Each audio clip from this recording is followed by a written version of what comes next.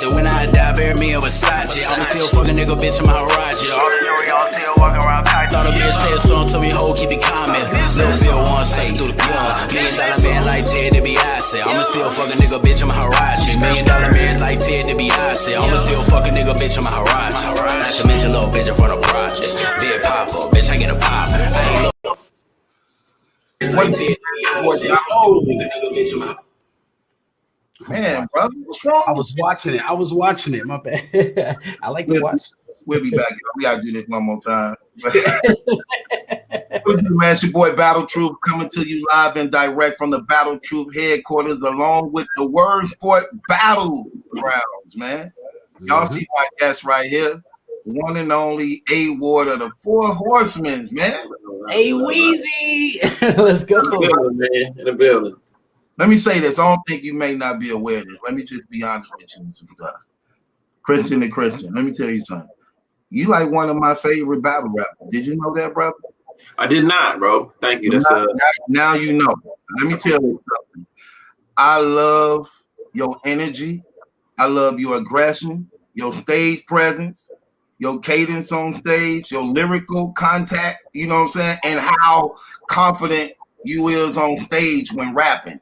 In your performance level, bro. Like you like the complete package. You know what I'm saying? So I'm like, wow. And you handle your own, and got a real high percentage when it comes to taking battle. You got a winning percentage, a real high winning percentage. So it's good when you see brothers in Christ actually in a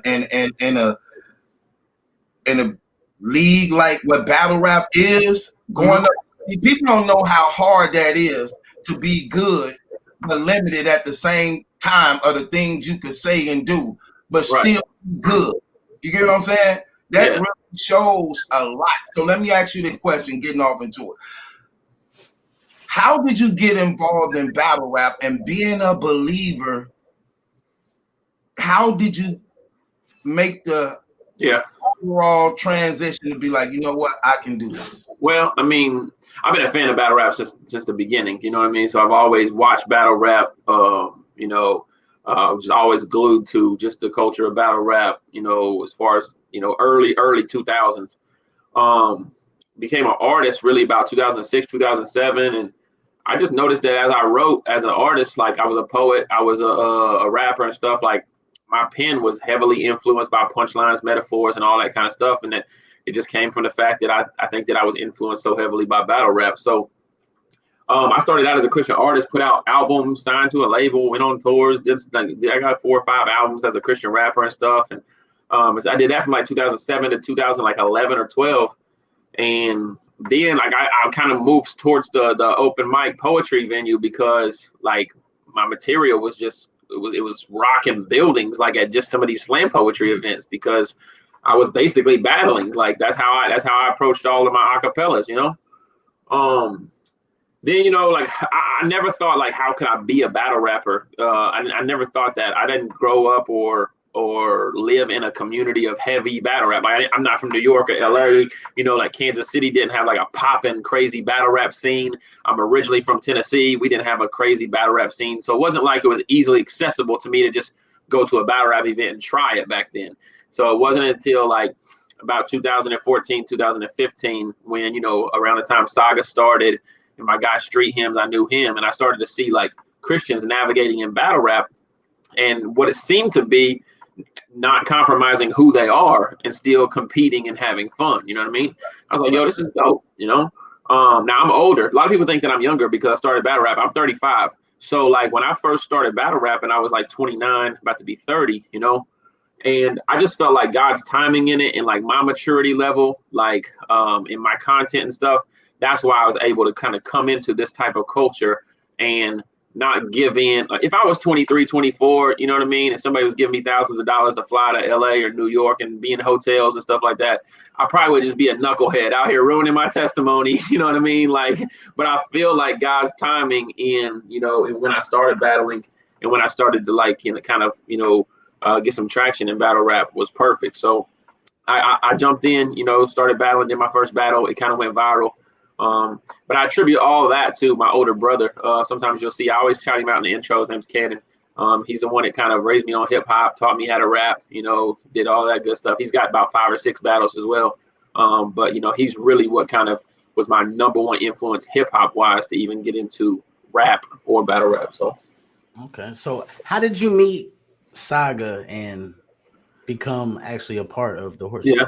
Well, Street Hymns knew us all. Like, he's kind of the glue, about the Horsemen exists because of Street Hymns, like I've known Street Hymns before battle rap. He's from Texas. I live in Kansas City. We do music with a lot of the same people. Street knew Saga with battle rap. Street knew Loso because he did a lot of conferences, Legacy Conference, Christian conferences, Loso. So Street was like the guy who had a one-on-one friendship with all 3 of us. I didn't know Saga. I just heard of him. I didn't know Loso. I just had heard of him or whatever. So so we talk about the flesh a lot of times in Christianity, and to talk about like things like greed or jealousy and different things like that. From a Christian battle rap standpoint, like if we had not come together and been like a group or whatever, I think that would have been a lot easier for things like greed and jealousy and things to harbor inside of us to say, man, Loso, that dude's not nice as me. You know what I mean? Like, why do you think, you know what I mean? And we're brothers in Christ. We're on the same mission. We're on the same team. You know what I mean? And I think Street saw that early on. Like, yo, all 4 of us have a heart for God, a heart for people, and a heart for battle rap. Like, it makes so much more sense for us to just kind of be in community with each other, also close fellowship, being praying for each other, just sharpening our swords to make sure that, because I mean, look at the end of the day, when people talk about the Horsemen, a lot of times they leave Street out, like it'd be easy for Street to just be like, man, this is some bull, or get upset or get, you know what I mean? But like, because we're so tight knit, because we pray together, we love each other, we try to just encourage and extol each other to the community. A lot of times you'll see me tweeting about, go Loso's crazy good or Street's crazy good or whatever. We just continue to build each other up. That's why it made sense. So, but yeah, Hymns is the glue that made all of that happen. I did not know that. Just how many Horsemen is it? Because I'm hearing 5, I'm hearing 6. Now, it's 5 now. So, we started out with IV, the 4 Horsemen, which we still have IV, and then we'll tour and we do church events and we do, EPs and music and stuff under that guise of the IV, the 4 Horsemen, because we're all 4 unashamed Christians. Oops, it does not actively identify, in that field, which we respect. But on the battle rap level of it, you know what I mean? We call ourselves the Horsemen because on battle rap, one thing that we're very passionate about is using your platform for change, for community impact, to use substance. You know what I mean? And so even though Oops might not identify with us on a faith-based scale, he uses his platform to go up there and say, look, I'm in the streets. I'm working for what is right. I'm working for what is good. I'm doing these types of things. And that's why we really just bonded with Oops. And when we brought him in and went to the Horsemen from a battle rap standpoint, that's the kind of people we want to build with. So by it being, so you, Saga, everybody from Loso, Street Hymns that's in the 4 Horsemen or Horsemen, are y'all all the same denomination or y'all different denominations?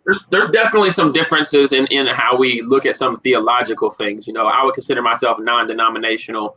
And I think, Hymns identifies as a little bit different. I'm not sure exactly where Saga, derives his beliefs from, whatever. But yeah, we have all kinds of conversations a lot of times where we look at scripture or we say, hey, like, what do you think about this? Or what do you think about that? But the good thing is y'all disagree. Y'all disagree on scripture at times? Yeah, we'll disagree. Yeah, I think what we don't disagree on is the fundamental things of what it is to be a Christian. Was Jesus born of a virgin? Did he die? Did he crucify? Was he crucified? Was he raised again on a 3rd day? Is God alive, living, coming back? That kind of stuff. There's no disagreements, but then there's different things that people will always disagree. Somebody will always say, "Oh, I can't believe you got a tattoo." That's the sin. Oh, or something like that. And then you'll have to kind of go back and forth. Yeah, definitely. Okay, no doubt. Definitely. So let's keep it battle rap for just a second. I know you said you've been battling actively since 2007. No, I've been battling since 2015. I've been an artist since 2007. Yeah. Okay, been an artist since 2007. Yeah. So from 15 to now, what has been your most hardest opponent I try to use a more intricate word, but Yeah. yeah. What's been your most hardest opponent yet thus far? Man, there's levels of difficulty that are different. I always You tell be people, wigging. yeah, I always tell people like writing for Carter Deems was like the most difficult thing like I ever had to do. When people were like Carter Deems, and I'm like, yeah, because you can't try too hard and you can't not try hard against Carter Deems. You go in there and like try to get crazy with Carter, like it just looks weird because it's Carter, and then you go in there and you do like a lethargic type performance, and then he's in there getting crazy. So that was a difficult battle to write for. Now there's no fear when you're battling Carter Deems that he's gonna smoke you, get you up out of there because of the kind of battler he is. So as far as like the most difficult that I had to battle, man, I say O-Red. I say probably O-Red on the RBE. O-Red is considered one of the kings of RBE. Some people say he's undefeated on RBE. Then the battle got changed from in a building with 100 people on stage to battling in Newark, in his city. With 10 people standing around, so like the degree of difficulty and everything in battling O-Red, I think was very very difficult. So have you battled in that kind of setting before outside? Outside, I mean, at house parties, but not like on a legit camera setting. You know what I mean? Like I've been on people's decks, just going back and forth, battling and stuff like that. But no, that was definitely different. I really liked it. I mean, and I liked. The one thing about those small settings is like you don't get the crowd reaction to like mask up some of your, forgetting bars or catching your breath and stuff like that. You really got to be, on your material and stuff like that. So it makes you prep a lot different. But I enjoyed it. But yeah, O-Red is a killer. It was O-Red on RBE, and it was in Newark. I think that all those factors was a difficult battle probably. Okay. So let me ask you this question. So O-Red was one of your most difficult battles. Have you ever had a battle that you had that when you go back and look on it, you like, I wish I could do that over? Do you have one of those battles? Yeah, I would say the DNA battle. I mean, now granted, it was my 8th battle ever, and it was my first like main stage performance. So it was on Blackout.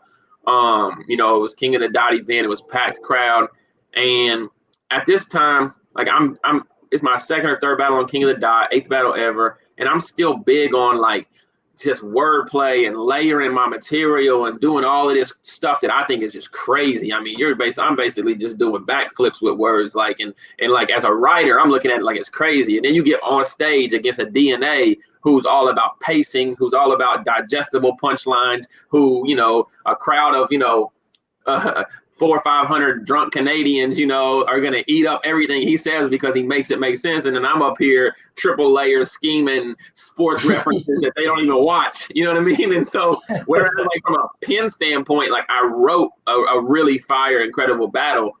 I didn't really take my time and play to the crowd and play to the different things I know how to do now. And I think that when you look at my history of battles, DNA is one that some people will say I lost, and I go back to that and I say, yeah, I learned from him. I learned footwork. I learned stage presence. I learned how to bring back certain bars and make them hit again, get the crowd to say them with you. So it seems like you're saying, more stuff you're around. So I learned a whole lot from that battle.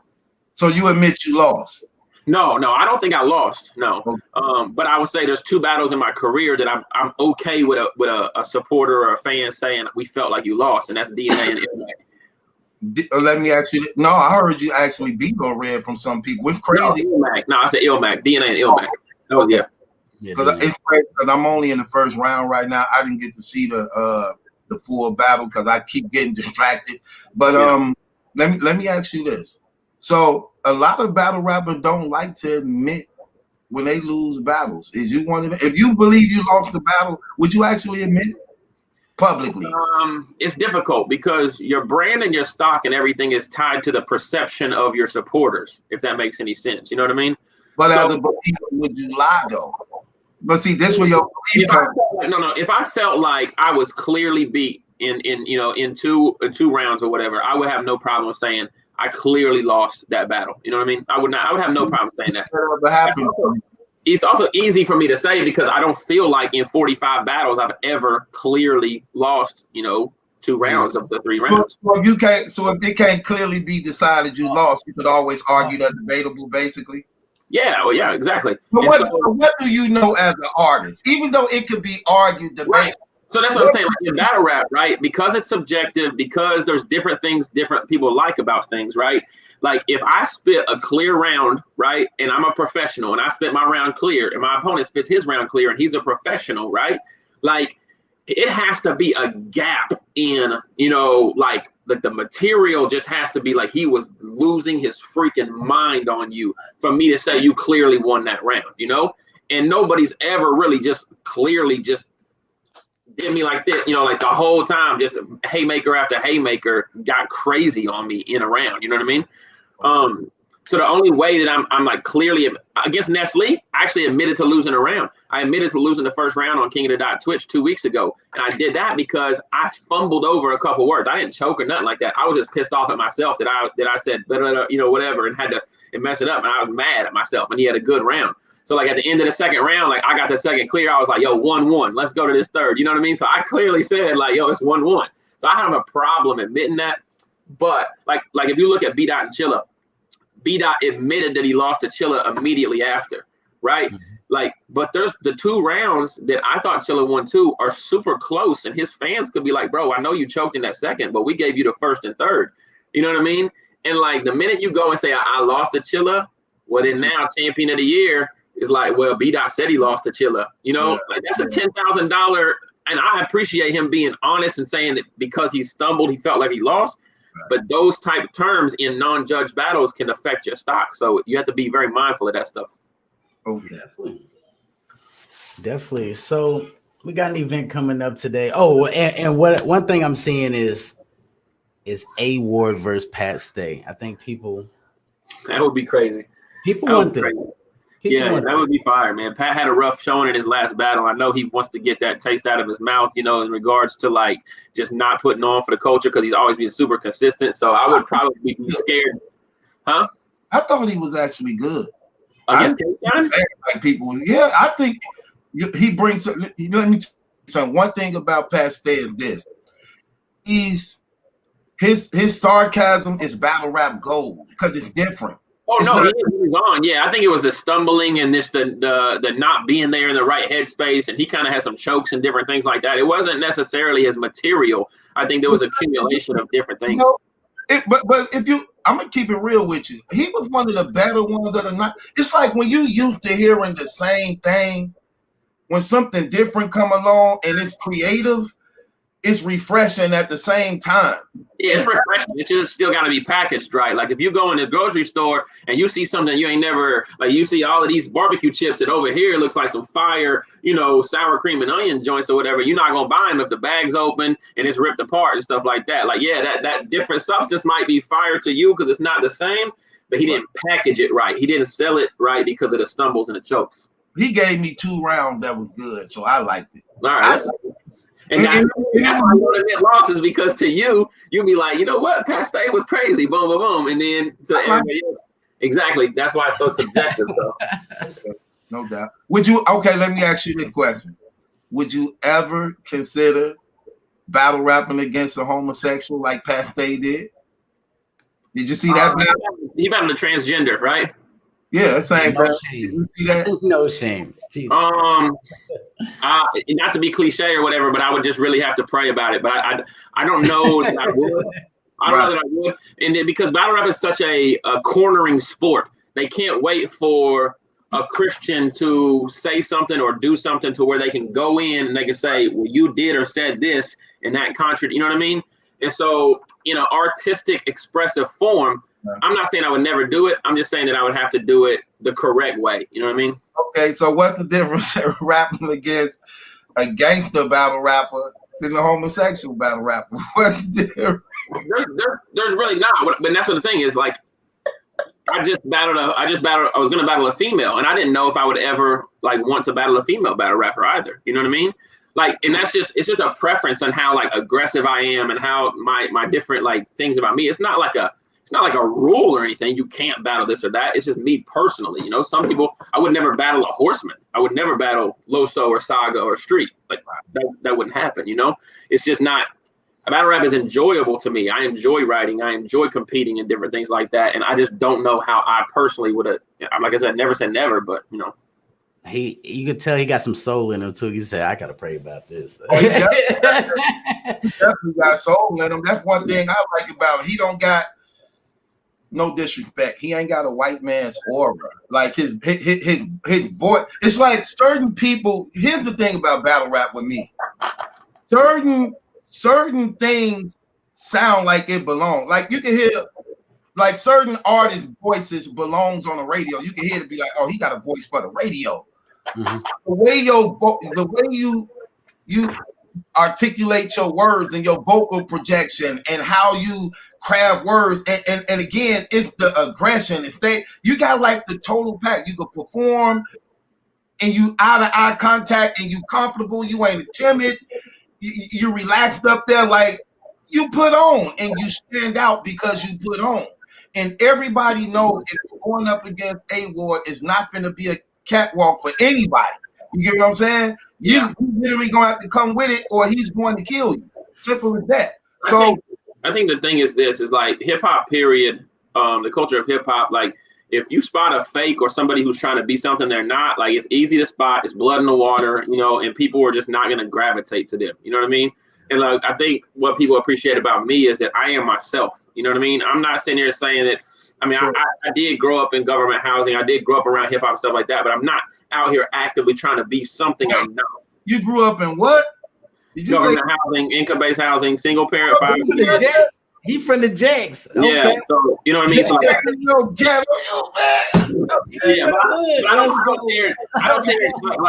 I don't sit here and act like I'm from Tennessee, the hood in Tennessee or whatever. I'm not trying to like compete in that aspect or whatever. But there are things ingrained in me from a standpoint of growing up where I think you'll notice that at events, like I can blend in and talk to and be, you know, people are like, they respect me. They don't, you know, look, who's this visitor showing up, you know, that feels out of place. You know what I mean? And so yeah, man, I just, like I said, you just be yourself, man. And you just hope people, you know, can appreciate that. Okay. I do got a question before we transition into the Volume 7 predictions. Why did you give your round versus Coffee Brown away for free instead of waiting on someone to pick the battle up? Because it was some momentum. Not free. He got paid for it. Not free, but you know what I'm saying?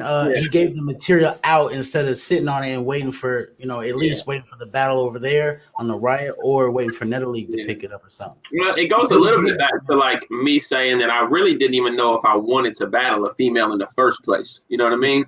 I did feel like that my momentum going into the end of the year was suffering a little bit because the O-Red battle hadn't dropped yet. And that was the last thing I did. And I did it in October. So battle rap's fast moving now. So somebody else is battling October, November, December, and you ain't had nothing drop. You know what I mean? Like you kind of feel momentum wise. So when Geechee asked me about the battle, I was like, man, I don't know. He was going to go back and forth with the Kid Clutch and her and, you know, some other options or whatever. But then I thought, you know what, like, this will get me out of my box, out of my comfort zone, and it'll be something that, you know, I think people will look forward to because she's been like a URL rookie and stuff. And she was one of like the biggest like haters whenever I battled Geechee. After I beat Geechee, she was online all the time talking about he didn't care about you. He didn't, you know what I mean? And like, so I was like, okay, there's a little backstory. Well, so the battle doesn't happen, obviously. And I'm thinking to myself, and what kind of, I say it irritated me a little bit. Like she texted me the next day. It was like, let's book it on URL. And I'm just like, that's kind of like corny to me, like that we just got no showed on or whatever. And then I get a text the next day, like, let's book it on a URL event. And I'm like, yeah, no. But I said to myself, like, this material is catered. Do what? You think that came from her? I don't know. I have no clue that, you know, and I don't know if it came from her or if it came from URL or what. But so I have this material and it's a lot of my material is completely direct. I mean, I can't use it on somebody else. I took like maybe like 8 bars out of my coffee material and was like, you know what, I could use this somewhere else or whatever. But all of it's super direct. And then some of it is just like, it's so in the moment, you know, if I'm talking to you about KCJ or if I'm talking to you about something you're going back and forth with doing like this, if I wait 3 or 4 months down the line and try to book this battle, it don't hit the way that it's supposed to hit. So I thought to myself, I'm really trying to get subscribers up on the Horseman channel, you know, if I was to ever battle her in the future, I have so much more material now. I mean, she no-showed me on her home league, you know, like, there's not like I can't draw from something to go and cook up some more stuff. So I was like, you know what, let's try this out. And it actually worked out better. I got paid in full. Like, I dropped it, got subscribers on our channel, and all the media outlets were covering the whole thing crazy because that was the only event that night. And then the whole back and forth with her and Finesse. So people watching this, Champion did a review on just my round, you know what I mean? Like, and so it actually worked out. And I didn't have to hear her rap. so all the perks without having so on that. So let me ask you this. So 2 things I want to ask you since it came up. Well, when she backed out of the battle, ain't business wise that you still get paid because that ain't on you because you paid for something. Yeah, I got paid full. I got paid in full. But that's what I was trying to say, yo. When you first asked him, why would he give away it for free? He get paid in full. I think I didn't use the correct word, but I think what he means too is if we were to reschedule that battle, I would charge again because if you're bringing me away from my family, you know what I mean. So technically, he's probably thinking I could have kept the same material and made more money off of it. You know what I mean? And remember, yo, this is how Mook got paid Mook got paid like 4 times, basically, and only rapped once. Mm-hmm. He got paid for the Bridge Raw thing and TikTok. That didn't go down at all. Yep. They had to pay him in full for that because his contract was, I ain't know nothing, because they was there. It just didn't happen. Then SmackDown postponed it. Then they did it again, and he didn't even get to get a half a round out on that. Got paid again for that. Then they booked him for Bridge Raw thing. He got paid for that because I heard the rounds to it. Then Bridge didn't show up. Then they had to book him for Rock. You had to pay that man 4 times, man. That's what I'm saying. Could have pulled a move. Let's go. That's why he said. That's why he can still do it because I would love to. You know, look, that's why he said in that. I got other plans on my league with A Ward. You know what I'm saying? That will be when I get the business settled. Talk about that. I have to get the business out. You know how I do. You know how I do. Truth. You know how I do. Truth. Hey, look, that's why he said in that Rock battle, I'm getting paid more than Smack because he got paid 4 times. You don't know he's getting paid more than Smack. Yeah, that's the business of it, man. You know, and like I know Loso's been paid to battle like K-Shine and New Jersey Twerk and stuff, and then the business has fell through on those, you know, and he got paid, you know, I mean, obviously I don't think he got his second half, but he got deposits on deposits of people. And when they back out, like as a company or whatever, that's when you have to start asking yourself, is it really worth me continuing to give money to some of these people if these guys are just going to like say, man, never mind now, you know? I was just talking about that because I seen I dropped a promo. My son was about to come in. I dropped a promo with Lotta Zay versus LL Cool J. We just had that event the other day. Oh yeah, I saw the hip hop. It was a Rap Grid or hip hop is real or all hip hop. I saw it on Instagram the other day. It was like this battle's about to go down or something. No, that was on my league. Oh, was it on yours? Okay. That was on my league. And then but in the promo he was like, yeah, Cool J, if you ain't here, I'm still getting paid. This and that. So yeah, I definitely feel that, you know what I mean? Because you do take the risk as a league. Now you said something, A Ward, when going into the coffee conversation I wanted to touch on. You said you wanted to get something out there because your footage hadn't dropped or something like that for something else, and I battled O-Red in October. And it was already like December, the second week of December. So we're like 2 months out, you know, and I hadn't had like a 3-round battle drop in a long time. Like the pandemic, I had been doing 1-round battles and stuff like that. So like I kind of keep my name up with different 1-round battles and just sharing stuff and some music. But like a 3-round main stage battle, I hadn't had drops since probably March when I did the 2-on-2 with Loso against B-Dot and Geechee. And so that's when I was just kind of like, man, like I need something that the battle rap world is going to be anticipating and looking forward to. So like the Riot, Geechee hosting against Coffee on, you know, Twitch and stuff like that. I'm like, yo, this will help with my momentum. I'll slide, you know, a fire battle here in at the end of the year, and then people will start talking. And so what happened was everything happened with that. I dropped the bars, and then on Christmas, the O-Red battle dropped. And I went from kind of being like people still talked about me to like, oh, A Ward is like top 10 champion of the year. A Ward is crazy. It's A Ward everything for like the last week of the year. So it worked out real well. Okay, now this you know what's crazy? I wanted to ask you the question, but it comes into like 2-3 questions. So bear with me if you can. But if going back on what you said, now, how important is it after a battle to have your footage out there? And when you do a battle at the latest, how soon do you want that battle uploaded? Plus, I used to hear battle rappers say in their contracts, like a lot of the top tier, they have that incorporated in their contract that after they battle such and such time. How is it important if that footage to drop when it comes to y'all branding and battle rap career? I mean, it's such a different world we live in now, because you probably think, let's just say 75% of the battlers that the media covers, people that you would talk about or put in your headline, right, are on URL now. So there's no YouTube drops. So 75% of the battlers that you cover, you really don't have to worry about that. They're subject to when URL wants to put their battles on the app. Then there's another 25% of the guys like myself, like, Chef Trez, like Real Deal, some of these guys who we still do rely on, YouTube drop, or you being able to watch our battle live and talk about it and cover it and different things like that. So yeah, I think it's very important for guys like me that whenever I go in and I have a battle, that it's either live on pay-per-view, or if it's not, like the O-Red battle, because it got rescheduled, we didn't have a VOD or nothing like that, that it comes out in a pretty, I can't think of the adjective, but it comes out in a good time frame so that I'm able to go in and say, I just had this battle, this is what I'm doing. Because listen, my guy right here, if he wants to book me, like, and I haven't battled in 6 months and he hasn't seen nothing from me and he hasn't heard nothing from me, the price I give him, he's going to be like, I got to factor in the fact that maybe Ward really ain't done much this year. But if it comes right off Coffee and O-Red and he's seen it and it's visual and he's, then he's like, yo, that's a good look. So it's our wallet, like that's our wallet. Definitely. And so that's important. But like on the guys on the app side, like that's just a whole nother monster that, I'm not a part of. I can't speak to. I know there's frustrations. But definitely when it comes to like the YouTube releases, like I'm right now, King of the Dot. I just battled on King of the Dot Twitch. They haven't dropped any of their Grand Prix battles on YouTube, like none from the whole tournament.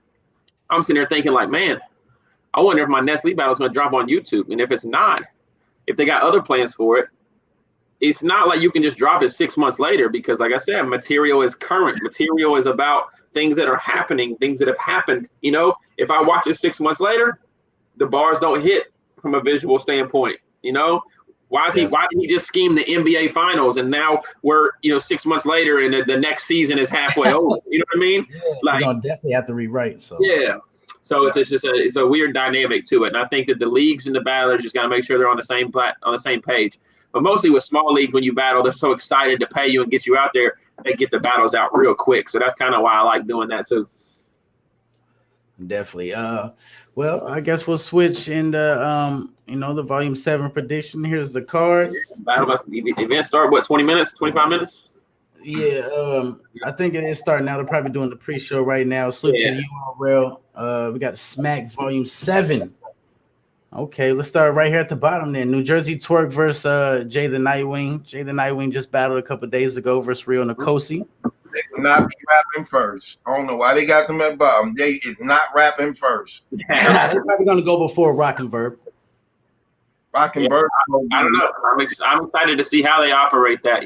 Like is there a battle on there that you would think that they'd be like, why are we going first type mentality? Like if they switch it out for another battle, I don't know. Maybe DNA here. Avin DNA, Arsenal, Danny. DNA is probably going first. It was probably going to be Suge and B Dot, but since Suge couldn't make it, it's probably going to be DNA and Av. Remember, this Twerk return. They're not going to open up with Twerk. It may be DNA and Av and Danny Myers and Arsenal. Yeah, and might come in that middle somewhere. Yeah. Because he impactful. Twerk sell that card, man. 100%. Yeah. That's probably gonna be battle of the night. I got that battle of the night right now. Not with Jay the Nightwing, really? Yeah, with Jay. I liked his performance against Rio the other day. Shine and Chilla Jones and Jada Nightwing and Twerk gonna be battle of the night. Yo, Shine and Chilla Jones. Yo, leave me alone. Leave All me right, alone. come on. Starting off with Jay and Twerk. Your What battle do you got, up here with these. I got Twerk winning the battle clear. I think Jay will do well though, and I think it's important for Jay to do well. The guys like Real Sick and Kid Chaos and Easy to Block Captain are kind of like passing him up a little, and he's kind of getting left back here on the second tier of the newcomers. So I think it's important for Jay to do really well in Twerk's return. But standing in front of Twerk's return, like I stood in front of Twerk in a 2-on-2 that we did on 8 hours notice, and he hit me with one haymaker, and I was like, yo, the energy's different, and he's probably gonna have yeah. No, I'm not saying I mean, Twerk is Twerk. Like, I'm me. Like, I think that would be, a crazy battle. But if he comes in and hits Jay with 4 or 5 of them joints around, it's going to be tough for Jay with his, monotone voice and his style to really make it seem like he gets that battle clear. So I got Twerk 2-1 clear. But Twerk lack conditioning, A-Ward. Sometimes, I know, and that's why I think that he has to prove that. I mean, I hope that he's like been gone for so long and he's coming back. He cannot afford to stumble, choke. He can't afford to do none of that. And then Jay before this little run he's on, he had this issue with choking and stuff too. So one of them might benefit from another if there's a slip up. But I hope for the both of them that there's not. I hope it's a good battle. No doubt. No doubt. So let's get right off into DNA and Av. So No Gun Bar DNA is one of my favorites right now, man. Everybody trying to count DNA out. I don't understand that. I hate that. I think I got DNA edging this battle. I just think that that like I said, he switched it up. He's doing no gun bar DNA. He's talking to people's soul. He was talking to Geechee. He was talking to Vixen. He was talking to Lou Castro. And like DNA is a vet for a reason. Some people can't stand DNA. They don't like his wordplay. They don't like his image or whatever. But the one thing about DNA is he can freestyle. He can do a whole lot of things. And right now, Av is a puncher, and he's still a puncher. And he had a great battle at Fonz. But when you come across as one-dimensional, I don't think Av can just go up there and punch for 3 rounds and beat DNA. I think that Av is going to have to maybe use an angle, or he's going to have to do something a little bit different to try to keep up. So I'm gonna say 2-1 debatable, but I'm edging DNA. Okay. I disagree. I think I don't like this new DNA talking about. I'm no gun bar. Look, A-War. He only no gun bar DNA because people didn't believe him. And they kept attacking him on it. So you gotta reinvent yourself somehow. You can't just do the same thing over and over. Then you get into some of these old vet modes where we're just like, man, I know what verb I'm gonna get. No disrespect to Verb. He's gonna come rap and do his thing. And it's the same, like I think DNA's always trying to like reinvent himself and create and kind of keep people on their toes. And I'm not mad at that. But A-Ward, see, the only thing that's deceiving, bro, because you only doing it because nobody believed you when you were saying it because you made too many mistakes. Look, A-Ward, he made too many mistakes trying to talk about it. You talking about a man who say, I hold the deuce with both hands. That's like holding his lighter. Like you hold the deuce with both hands. Get more accuracy. Get more accuracy. Guys out there that say they sell drugs and ain't never done it once in their life either. So even though the bar made sense. Look, but this is what I'm saying. So now you saying I'm no gun bar DNA because, well, intellectually I grew to another. No, you kept messing up trying to use DNA, the PG killer, the champ. He always comes with something different to try to keep battle rap fresh and fun for him. Maybe that's how it becomes fun for him. You try and let him off the hook. I'm not. But I think Av win this battle because here's the thing that hurt DNA, what hurt him in the Geechee Gotti battle to me. Even though he was good, but when you lack conviction, while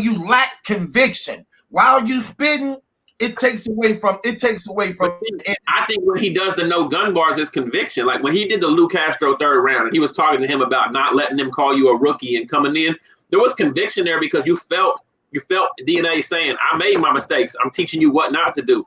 That's when he's able to give conviction. So that's why I like the no gun bar DNA because the rounds hit harder when he's like, "Yo, I'm raising my stepson." Boom, boom, boom. Like I feel the conviction because I know that's true, Okay. You letting them off the hook, but that's okay though. No big deal. Arsenal, Danny Myers. Oh, it's a tough battle, man. It's a tough battle. It's gonna be explosive too.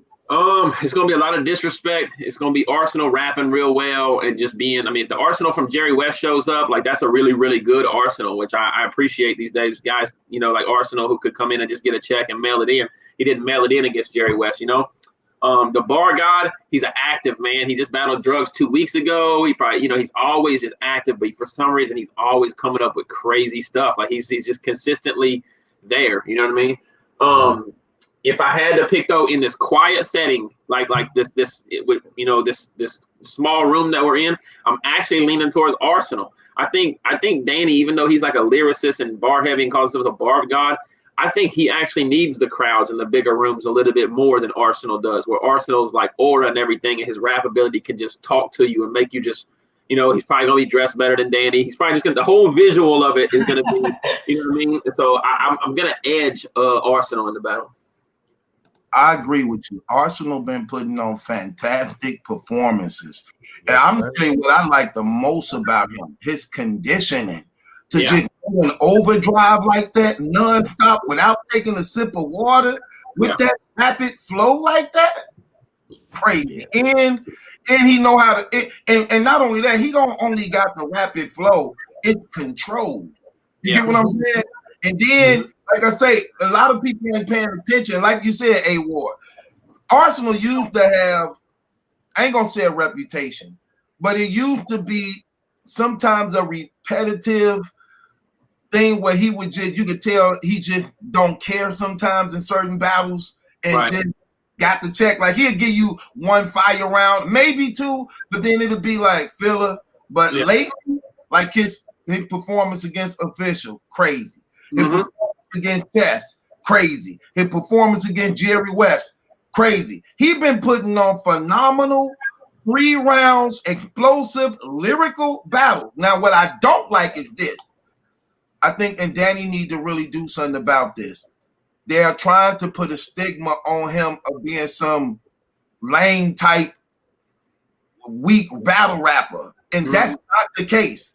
Danny may have the most classic battles ever in battle rap history. It's full of classics. But the stigma they trying to put on him as being some lame, you heard after they said face off. It's Danny Myers. Like I'm about to. He's out rapping everyone. It's a weapon, though, man. Like when you fear somebody in a certain aspect of battle rap, and you're able to go in there and just downplay them and make them look generic and stuff. Like it's just a weapon, unfortunately. If you don't use it to your advantage, you're probably being naive to think that you could probably just go in there and just out-cool him. I mean, that's what Goods does a lot of times, is like he just walks in there and makes his opponent feel like he don't make as much money, he don't look as cool, he don't, you know what I mean? And like it's another tool in your arsenal, no pun intended. No doubt. Okay. Next battle being K-Shine versus Chilla Jones. I'm going K-Shine 2-1. You got K-Shine. I got Chilla, man. I don't think Chilla, like, one, the disrespect for Chilla from the URL standpoint is just too ridiculous. It's getting too ridiculous, man. I'll be the first to say it. Like, I don't know what Surf is like supposed to like be as far as like an analyst on these caffeine joints or whatever. I don't know if they're paying him to be an analyst, but like I just think it's like mad corny to get up there and to really just kind of downplay one battler because you like the other battler. Like from an analyst standpoint, like if you're going in because people follow you, people gravitate to your opinion, you are an influencer, you know what I mean, like that. And so before the battles to say like there's no way Chilla can get a round off K-Shine, that's cool if that's your opinion, but you're an influencer, and when you're publicly saying that, it's just mad corny to me, so with that smoke, if you act like you smoke him because of that, I'm just saying, like, battlers I don't rock with, but like if I was to get up there and say B-Dot Suge, right, where it may be in the back, like I think that B-Dot's gonna smoke Suge or whatever. Like if I'm coming like on caffeine, I'm gonna say you have to understand Suge does do this right. He could get into this bag if he does this. There's a reason why Suge's in this battle. Like you can come at it like that. Like the disrespect has been kind of mad corny to me. But so I say this: Chilla has literally, we're talking Rum Nitty, New Jersey Twerk, Geechee Gotti, B-Dot, Real Sick. Like that is 5 names. Real Sick. I put Real Sick in there because he's a killer right now. He's hungry. You know what I mean? That's 5 names in probably the last 14 months where people have said, nah, Chilla can't get. Chilla's not gonna get. And all he's done is compete at a high level and arguably beat all of those people. You know what I mean? And so for him to come in against K-Shine and like for you to not be looking at like what Chilla's done is just. So I'm taking Chilla 2-1, but I will say this much: K-Shine is a different type of problem. You know, I'm not saying he's way better than any of those names. I'm not saying he's way better than any of those names or anything like that. He's a different monster, and I do want to give my respect to K-Shine to say like he can get crazy. But I'm taking the Kingpin. Like I'm edging him 2-1 in the battle. Surf was definitely out of his mind saying that stupid stuff. I was listening to him, but you got to keep in mind they in the same group, the brotherhood thing, and I know exactly what you was meaning by if you're on a if you're on a caffeine platform, you're gonna be an analyst. You want to be fair to both sides, even when you selling the battle to the people and not make it just seem so one-sided. Like, what could Chilla do that he do better, that K-Shine do better? Well, Chilla do got a better pen. They have the better all-around package, his aggressions and stage presence and cadence. I'm bittersweet with Chilla Jones on this aspect. I agree with what you're saying to some degree, A. Ward, of disrespect, but I know in the beginning of Chilla's career, it was warranted. And again, when you have these that's why it's good where you at right now. See, you on fire out the gate. You don't have a stigma on you. Chilla developed a stigma on him that people not seeing how he changed, how he is better on stage now, how he do have a better performance, how his aggression is better, how he is actually transcending to what battle rap is now. He ain't the same dude he was a few years ago. No, yeah, you're right. I think ever since the Jonai battle on King of the Dot, I think it was like almost like around that time period of like about 2016 or 2017. Like early 2017, I seen something just snap in Chilla where like after that, like he just got in this bag, you know what I mean? And yeah, you're right though. Yeah, so that's entirely different now with him. And because of that, I actually did put him on one of my lists of a person who actually can beat Shine. He was the person's on my list. So when Surf saying that, Surf sound crazy, especially coming from a guy who lose a lot, who don't come with 3 rounds, but now you just got battle rap so figured out. You can't. Like I said, my beef is not with you having an opinion or disagreeing with my opinion. You know, it's just the same as when I see the battlers in the chat on Caffeine and they're like 3-0, he's dead, and it's like the second round, and I'm like, bro, you guys are in the chat influencing the fans that are watching this. That, you know, and I don't know if this is, I just say a name, like say if there's Geechee or Av or somebody that's their crew member, they're in there saying he's dead, he's trash, you whatever. It's like, bro, the chat got a vote. The vote gets to, you know, all of these little things. Like, we're professionals. Like, you know, try to fall back and like let people watch the battle, you know, and just talk about the facts of what we've got coming. So, you and Surf would be a good battle. Now that I think about it, because I'm looking at the similarities y'all basically have. Like, both y'all got that energy, stage presence, aggression, performance, that vocal projection, lyrical content to some degree. How do you think you would do in a battle like that? Honestly, all jokes aside, how do you think you would do in a battle? No, I would probably get Surf all the way up out here. But I would say this. I believe this much, though. I do think that Surf would have 3 rounds for me because for some reason nobody ever wants to lose to me. You know, like you can't tell me a time when somebody's choked against me. One time in the small league in 45 battles, nobody chokes against me. They always have 3 rounds. They're always the one of the best versions of themselves they've been in years. You know what I mean? So I always tell leagues, like, you want to see the best version of Surf? You tired of him choking? You want to see Twerk not choke and have 3 crazy rounds? Book him to battle me. Book him to battle Loco. They're gonna look silly up there. See, and this another. Okay, one more thing I want to say. Yeah, we got 10 minutes before this volume 7 starts. Yeah, we only got one more battle to address anyway. Yeah. I want to say this because since this is interview, this something. See, you don't get you know why you don't get a lot of heat from bloggers? You know why? What's that? Because you're good. I just tell people. The people who do good don't get heat. Yeah. The people who do bad you're going to get heat from bloggers. Yeah. And that's why you may not have a problem with blogging and things like that because you good. You get what I'm saying? And when you good, there's nothing a person can really say. There's nothing a person can really say. And the thing about it is, even though it may seem like you got to fight extra harder because of what you believe in, you know you got favor. You do know you got favor, right? Yeah. You know, I think one thing is dope is just validation for me does not come from media or battle rap. At the end of the day, when I come home, my validation comes from being loved by God. You know what I mean? That kind of stuff. So, but there's a lot of people whose complete identity are wrapped up in their artistry. So when they lose or when you say something bad about them, like that's their life. You know what I mean? You're talking about what makes them feel loved every day. So that, you know, not to get too deep or whatever, but you're right, you know? No doubt. Okay, Yo-Yo, what's next? Of course, say Rock and Verb, man. Rock and Verb. The big main event, man. War. Yeah. Oh man. I am looking forward to. I always look forward to see Tay Rock. I really like Rock. I'm from the Midwest, so I mean, I'm a huge Verb fan too. I just think that Verb has been. He's kind of comfortable right now in battle rap, and when I see people that are comfortable, my anticipation for their performances doesn't go to a certain level.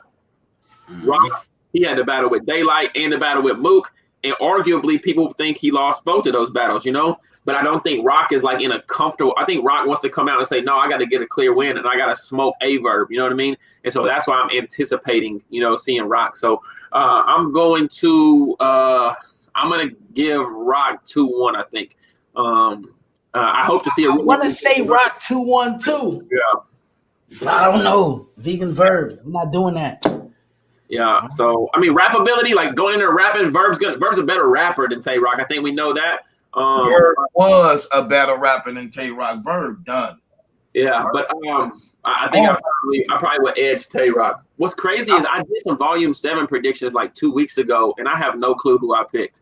You know what I mean? Like they literally might not match up with these, but that's just how battle rap is. Like, you know, like what have you done for me lately, and like kind of just analyzing it from certain standpoints. So I think I'll take Rock 2-1. I pick Rock easily over Verb, maybe 3-0 easily. Verb is not 30.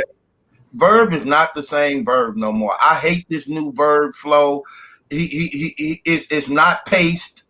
It's not controlled. He run out of gas. He stumble a lot. He don't seem comfortable up there at all. He only comfortable to the point that he have no other choice but to admit that he's not as good as he used to be. And you gotta keep in mind, they're coming from who used to be my favorite battle rapper. So I'm seeing the change. Think about when a person was your favorite and you just see like this not the same. Yeah. You can't even say his slogan without messing up. Right. You know what I'm saying? You messed up how do you mess up your signature move? Like your show times ain't even impactful and explosive no more. Usually when you have the signature move, for the most part, that's supposed to assure you that round to some degree. Right. No, and it's like I don't like this new Verb, man. I think no, I don't like it. It's nothing compared to what made him great, what made him one of the most feared battle rappers. I just don't like it. I don't like his energy. I don't like his content. Rock is always good. Rock remind me of people like you, A-Ward, people like D-Dot, where they always good. You rarely can see him mess up. Thanks. Like so, it's like even though Rock lost the Daylight, he was firing that battle. Yeah, he was very good. He was firing that battle. Round 1 wasn't good, but round 2 and 3 was good. Yeah. So it's like Rock always good. So I know what I'm gonna get out of Rock. I don't know what I'm getting out of Verb, and I refuse to believe all the things he been slacking in. He finna fix it in this battle. Yeah, I refuse to believe it, especially when they saying we just got booked a month ago. No, give me Rock 3. Give me Rock 3. URL just dropped the trailer for that Loso Vixen. Kings Twin too. Yep. Let me ask you this question, A-Ward, before we let you go. Do it bother you when one of your horse members lose? Do that bother you? Like for instance, when Saga messed up in that first round of the tournament, did that bother you? It definitely bothers me. It bothers me when I know that you had the material and the potential of what it could have been. You know what I mean? Like none of us are like lazy. Like I don't recall like we hold each other accountable. Like, yo, where you at? Like I literally told I battle Riggs next weekend, right? I'm almost done my second round. I told Loso 3 days ago, I said, yo, Sunday night, I need to have 2 rounds I can spit to you on the phone. And then by Wednesday, I need my 3rd done. So hold me accountable. Call me on Wednesday and say I need to hear all 3. Like we have to hold each other accountable when we do that. You know what I mean? So when I hear Saga's rounds for Mike P, when I hear Saga's rounds for Kid Chaos and stuff like that, and then it just doesn't, something happens, whether it be, the memorization or whatever, it just doesn't, it hurts me. I was visibly upset. I was at I think it was like an engagement party with my wife, like a pool party, watching Mike P and Saga like this, and like everybody's around kicking it, having fun, and like I just turned the phone off. My wife's like why are you looking like you hate the life? Like this is a party. I'm like, nah, I can't do this right now. We put that on. I got to listen to the bar in 30 minutes. Like I'm not, you know what I mean? So yeah, we hold ourselves to a standard, of going in and being professional, making sure we give what they paid for, making sure we give our supporters, good content, good material. So, but I think ultimately, you can't judge Saga by a couple bad performances. You can't, you never say Loso's not a choke artist because he had an issue with the Briggs or the Briz battle. One battle, that's it. Briz Raw in that one round, that's it. Yeah. Other than that, he beat everybody. I here and say I'll never choke. It might happen to me, you know what I mean, like that. But I just hope that people know that the first 45, or whatever, it doesn't identify you. So, but no, that's a good question.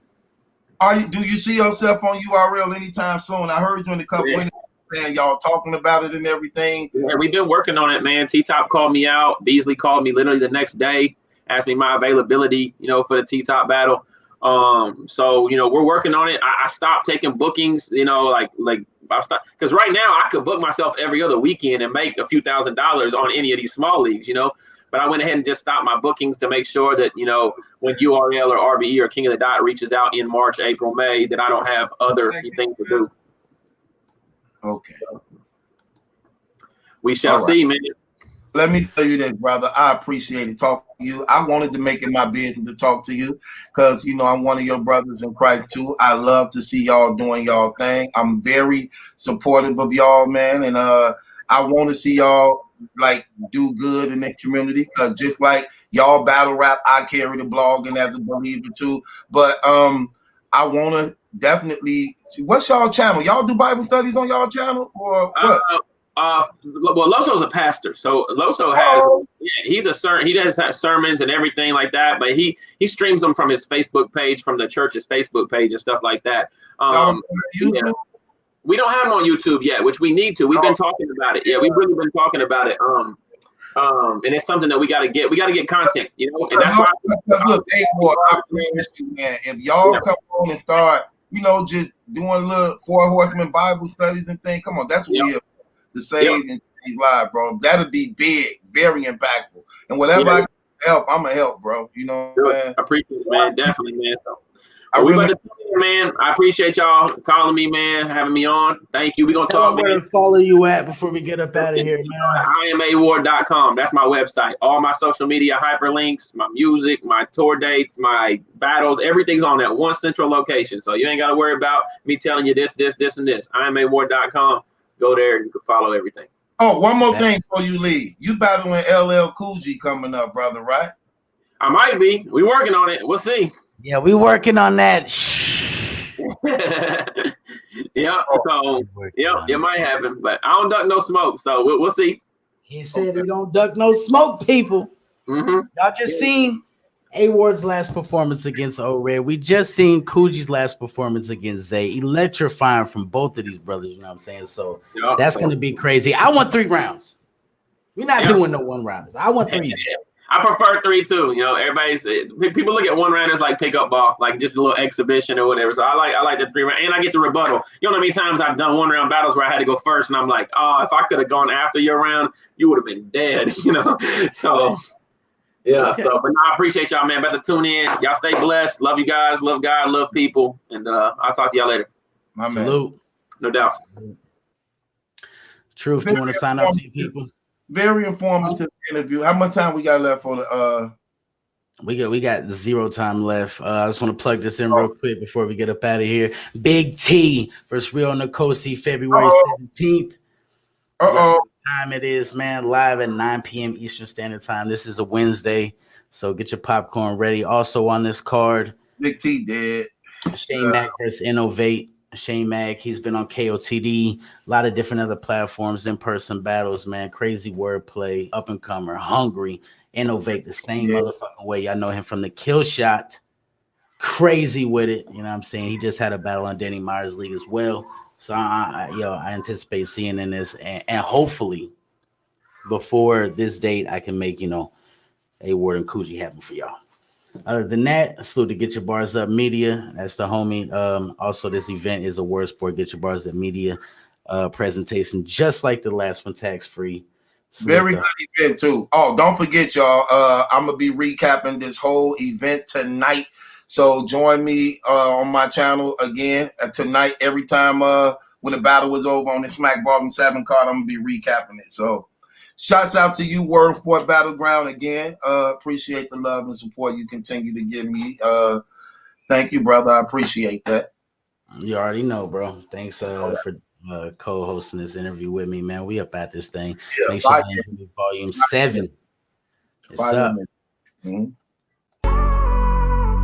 Let me get your bars up, though. The world's #1 source for battle rap.